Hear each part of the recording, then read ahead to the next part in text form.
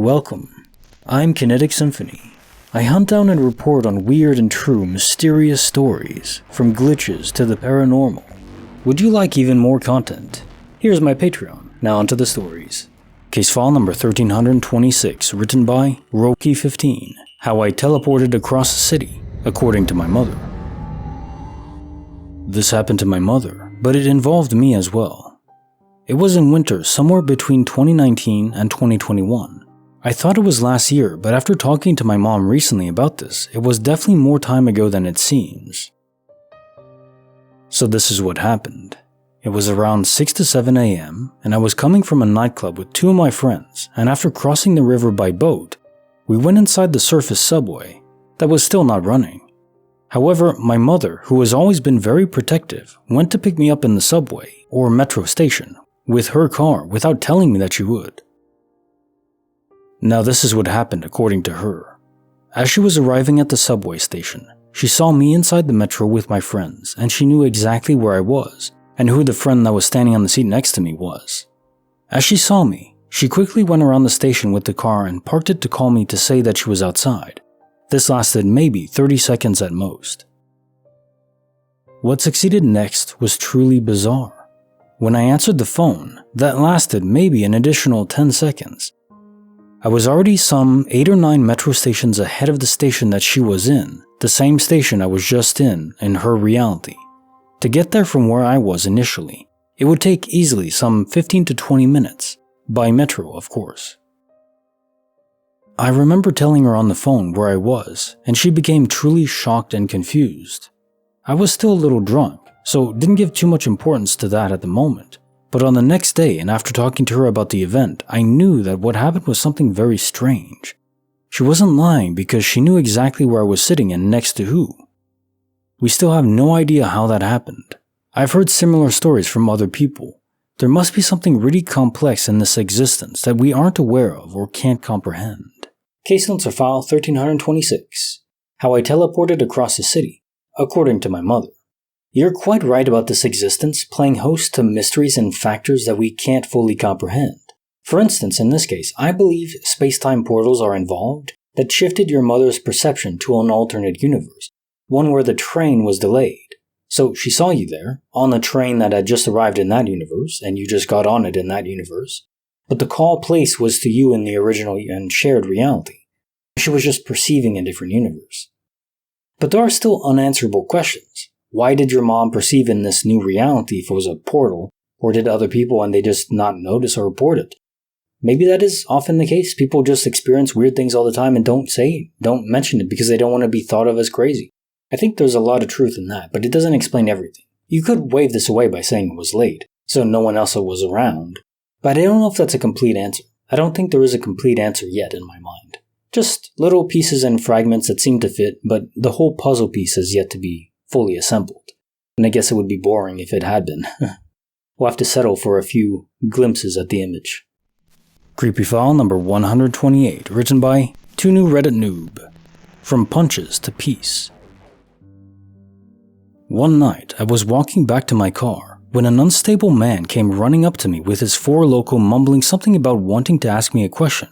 I inquired as to what it was when he quickly proceeded to punch me 2 times in the face with a Mayweather-like jab. I was stunned by this, so much so that I simply stood in amazement. As I regained my senses, I calmly walked towards him with my arms open, asking him why he had done that. He bounced around like a fighter in the ring, rope-a-doping his way around me as I slowly moved towards him. I continued to ask why he felt the need to hit me, along with my assurances that I would not hit him back.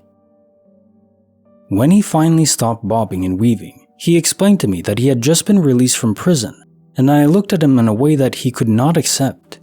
He clarified that he ain't no punk, and that I could not look at him the way I was looking. I advised him that he can't re-enter into civil society by attacking anyone for looking at him a certain way.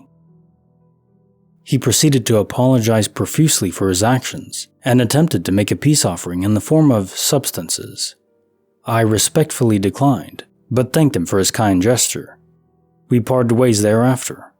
It was very bizarre and by far one of the strangest things to have ever happened to me that year. Case notes for the creepy file number 128 from punches to peace.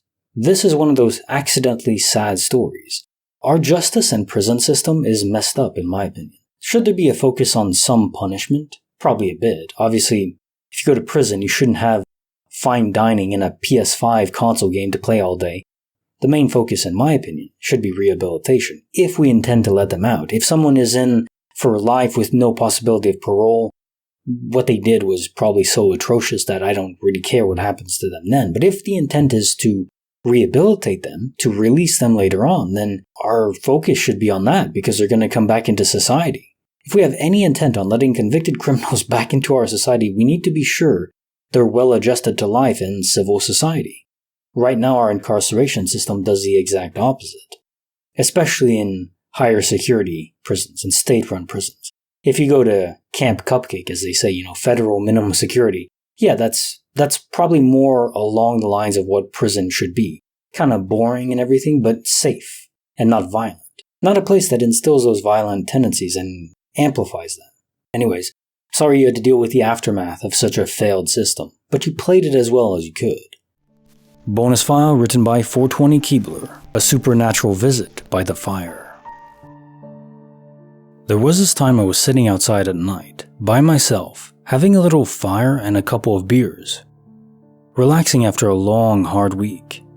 Now, after the house, there's only a couple more houses, a little church that rarely gets used, a big old cornfield, then a bypass.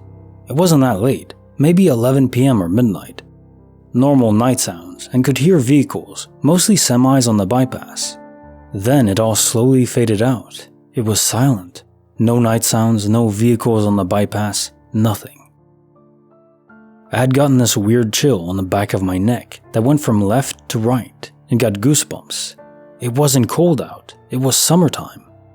My dad and brother had talked about seeing a soldier from World War I believe.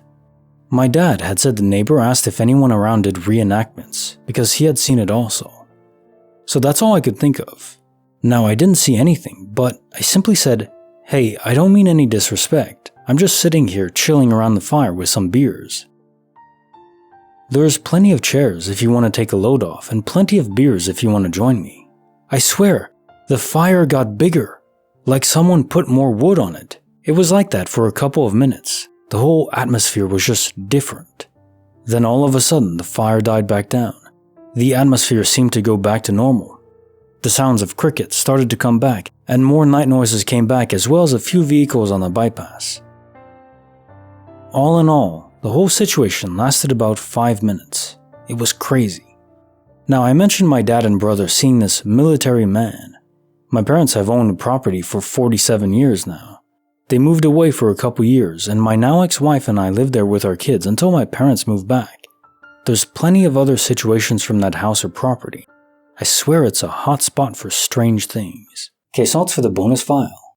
A supernatural visit by the fire. Spirits require energy to reanimate themselves, restart the holographic echo of their past existence.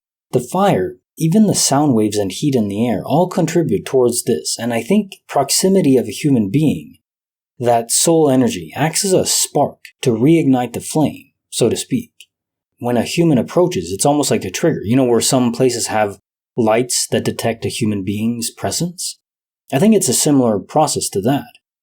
Being in proximity of a spirit, or their essence, can reanimate it, just provide the spark that restarts the process.